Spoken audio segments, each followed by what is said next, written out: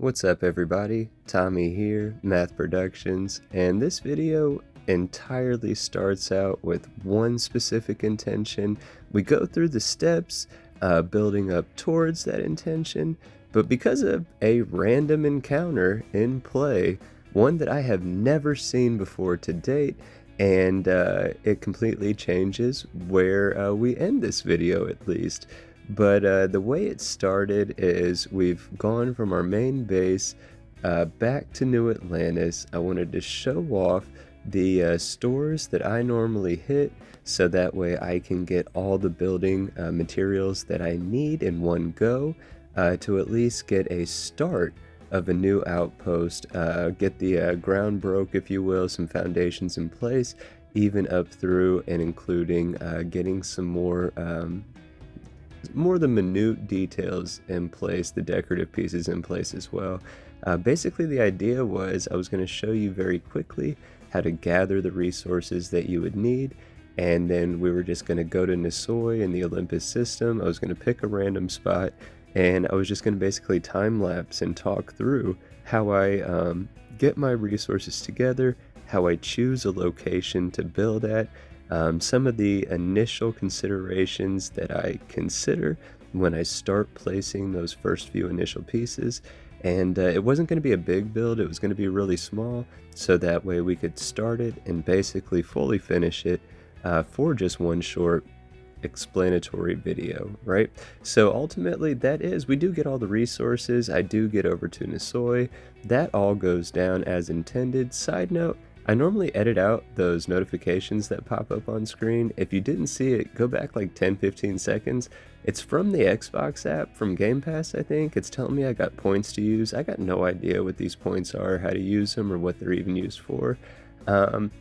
So I just felt like leaving that one in there in case anybody wants to take a second to explain that to me. I'm too lazy to look it up myself. But normally if you see random edits for just like a couple seconds or a couple frames in play, it's normally because I forget to turn off notifications while I'm playing on my phone, and as they pop up I try to cut them out. But like I said, I left that one in there. But anyway, so I will end up probably later today uploading a second video. I am still on vacation from work this week, so I have a little bit of extra time. That's why I've been able to do 2 video uploads a day each day so far this week. I'm going to try to keep that streak going, and the video tonight will more than likely be us actually choosing a spot, using those resources that we gathered at the beginning of this video, and then me just kind of showing from start to finish a really basic way that any player could set up an outpost, have it be efficient for gameplay, and have it be aesthetically pleasing and something that they could enjoy and be proud when they stop back at their base to drop off their goods. So if that does sound good to you, I hope if you haven't already, you consider subscribing to the channel so you don't miss that video when it comes later this evening. But what I've talked entirely through is the random encounter I have never seen until this morning. I was flying around on the Grab 7-9 trying to find a decent flattish spot that I could build at, and I saw like the tracer rounds, gunfire, all in the sky. Turned around and I was like, does that say 1st Cavalry Soldier? What? I have never ran into 1st Cavalry Soldiers out in the wild outside of the Freestar Collective quest line. We obviously have not even gone to Cheyenne yet in this current playthrough, but we encountered a group of 1st Cavalry Soldiers fighting it out with some spacers randomly on the surface out in the wilderness of Nisoi. Lucky for us, in the Grab 7-9, it's kind of armored, but it's got a really nice weapon on it, so we just kind of let them do their thing. We tried to give some cover fire for the 1st Cavalry, help them eliminate the spacers. I thought maybe they'd be friendly and it'd trigger like a dialogue sequence or something. No, eventually dude just was hostile towards us, so we had to take them all out. They took most of each other out already for us. And then, wouldn't you know it, just like I've been saying for the past couple videos, we need more loot that we can then cash in for more credits.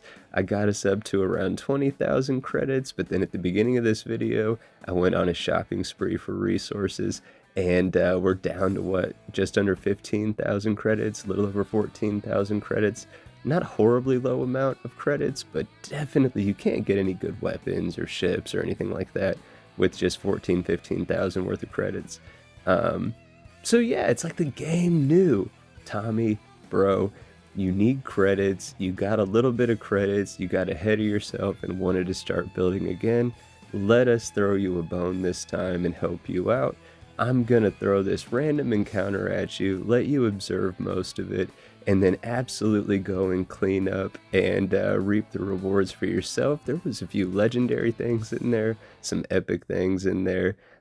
We got some really cool gear that we otherwise would not have had because we were just randomly, literally doing this, randomly zooming around. But if you notice what I'm doing right now, we had like 13,000 weight on our inventory. No way that we were going to successfully quickly get back to the Rambler. Rambler doesn't have enough storage to hold all that.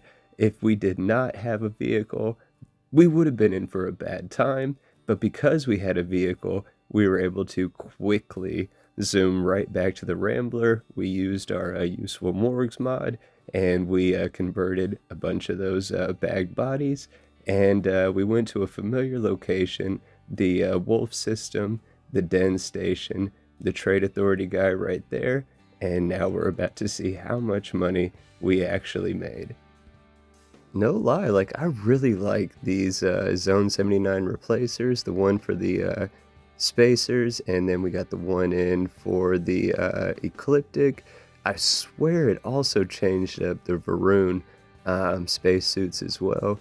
They all look so clean, so good. They don't look cartoonish, they look realistic in my opinion. And same thing with these Atlas techwear pieces.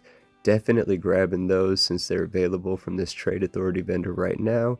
Shout out to the Atlas clothing mod, tech warfare mod. Works perfectly in tandem with the Project Warfare Hardened Edition, both of those by 510 Deshawn. Absolutely fantastic mods you guys should check out.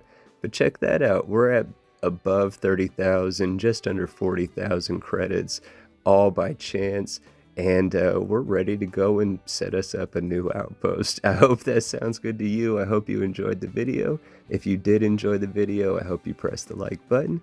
I've already said it, I'll say it again. I hope you consider subscribing to the channel. Helps me out a lot when you do. And there is a ton more content on the way. Let me know down below in the comments what you think, what you want to see next. And as always, take care.